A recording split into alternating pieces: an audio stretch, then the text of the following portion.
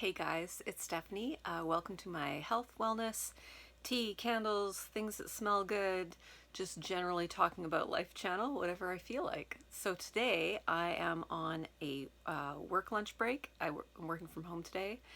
I'm drinking out of my David's Tea double walled mug.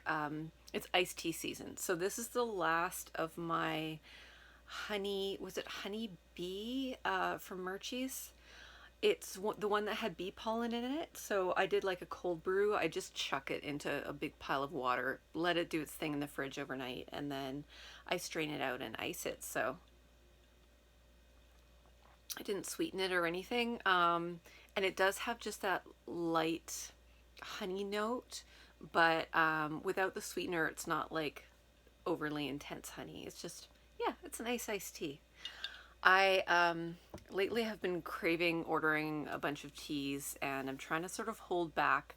I just was clearing out some of my stash and found a whole bunch of sachets that don't have a expiry date on them, but I kind of remember when I had compiled them into the box that they were in, and it was a couple of years ago. So I have been pretty good about getting through my stash without having anything get stale.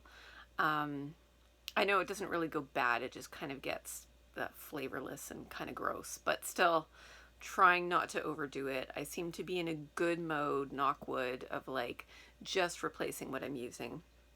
So I wanted to, excuse me, that's flattering angle. I got to, when I work from home, I get packages, and I was too excited to wait till after work. This is a quick one I ordered from Murchies, and I ordered it for a specific reason. That reason being, and I'll link it of course, but Murchie's Tea Company that I tend to order a lot from, they are doing something called the Tasting Lab lately. One of their mixologists, or I don't know what you call them, the person who makes tea, they have a hold of all the original Murchie's recipes, the like recipe book, which I have imagined is some like really beautiful old musty leather bound tome full of all the tea recipes. It's probably not, it's probably on the computer, but they have been blogging about going through some of these teas, and they are resurrecting some of them. They're also, as part of the lab, they're also bringing in some more experimental flavors that are outside of the traditional tea recipes that they have. So I have decided to commit myself to following that process a little bit more and ordering some of the reissues and some of the new, more exciting, more outside the box flavors, let's say. I'm curious to see what will come out. Side note, this is a message to AJ, who's never going to watch this, but AJ, if you're watching, please bring back Evergreen again. I'm so sorry I didn't load up on more of it. You know what I'm talking about. If you're AJ. If you're not, just don't mind. Okay. So I ordered 4 teas, and it was mostly because I wanted to get the Tasting Lab tea before it sold out. But I'll start with the more standard stuff first. Okay, I got Yuzu Grey. And Yuzu Grey I got last summer and reviewed it, but it just made a really lovely iced tea. It's kind of in the vibe of like a bergamot Earl Grey, but uses yuzu citrus. And I love yuzu. I haven't met a yuzu I didn't like. So it's just, it's really citrusy, and it makes an excellent iced tea. So Yuzu Grey, not going to open it. We've already reviewed it. Lemon ginger herbal tea. I have been cleansing lately. I am trying to cut down on caffeine. I'm also sort of obsessed with ginger right now for some reason. It's a weird craving. So this one has lemon, ginger, and mint. It doesn't actually have the ingredients right on it. There is quite a bit of like obvious lemongrass, as you would expect with a herbal blend like this. So I can't tell you what else is in it except for those 4 things. Maybe that's it, but let's open it up. Let's smell it. Okay, lemon ginger. good. Oh, that's heavy on the lemon, and you cannot bonk me over the head too hard with a lemon. I have never found any lemon that was too lemony for me, but it is a strong lemon. In fact, probably the ginger, there's definitely like real ginger chunks in here. So I'm sure the ginger, that's a ginger chunk. I'm sure the ginger comes out more as you brew it. A little bit of what looks to be, apologies for not looking up what was in it before. I want to say possibly hibiscus petals. Yeah, that's going to be a really good cleansing blend, and that is what I need right now. Okay, and good for bedtime. Okay, which girl decided to have a super strong Assam tippy the other night at like 7 p.m. and spent half the night awake because she couldn't go to sleep? This girl. Yeah, I can't do that. I need my decaf. Anyone else? Okay. Ooh, okay, this one I'm excited about too. I have heard this smells amazing. It's the mango green. Not very complicated. It's mango flavoring and a light green tea. And I would plan to cold brew this one as an iced tea. Reviews online are very good for this one. Let's smell it.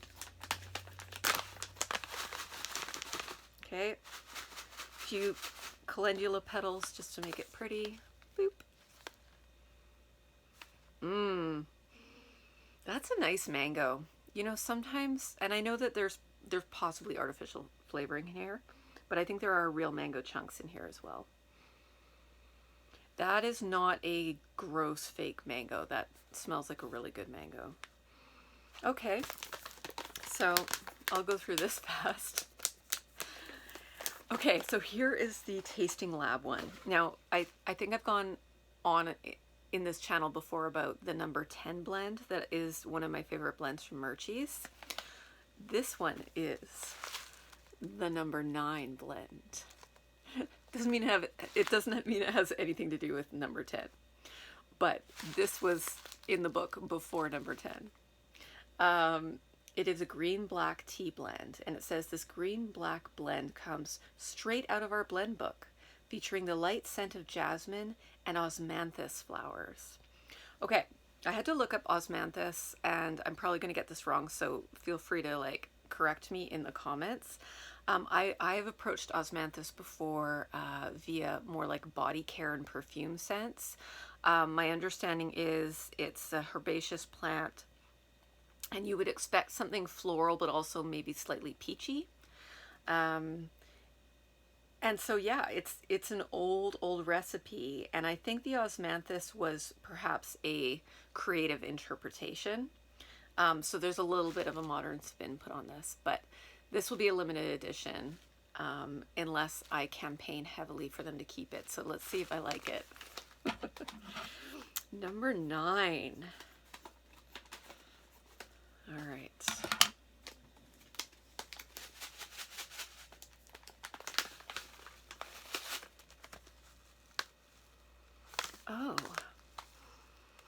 Oh, that's nice. Okay. Not surprisingly, jasmine is the first thing that hits you. And it's a green-black blend, and they never tell you really what goes in the blend. I mean, that's proprietary, so. So how do I describe this?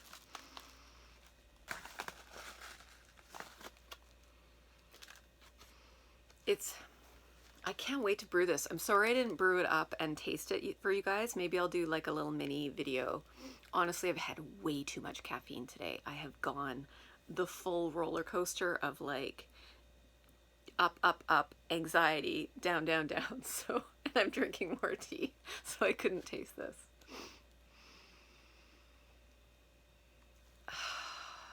This is unique. Like, I have smelled a lot of jasmine tea, but I don't think I've experienced it so much in the context of a green-black blend. And I wouldn't say it's predominantly just heavy jasmine flavor, but that is like, if you didn't tell me what was in it. It smells, I'm trying to find the right words. This is not, I want to say mature, but it's not mature like old lady mature. You know what I mean? Even though I'm an old lady. It is mature in that it feels, yeah, it's like it's got that little traditional Murchies underlying blend. And I don't know if that makes sense. But it's got that little, it's got that wave of floral that doesn't feel gardeny, and it doesn't feel trendy, and it doesn't feel overly floral. God, I'm gonna have to try it. I'm sorry. I kind of defies words. It smells really good though. All right, number 9. So thanks for coming along on that very poorly produced but heartfelt ride with me. And I will link down below to the tasting lab so you can check out what that's all about. Let me know what you're drinking in the comments, or if I have messed up what osmanthus is. Okay, take care guys. Bye.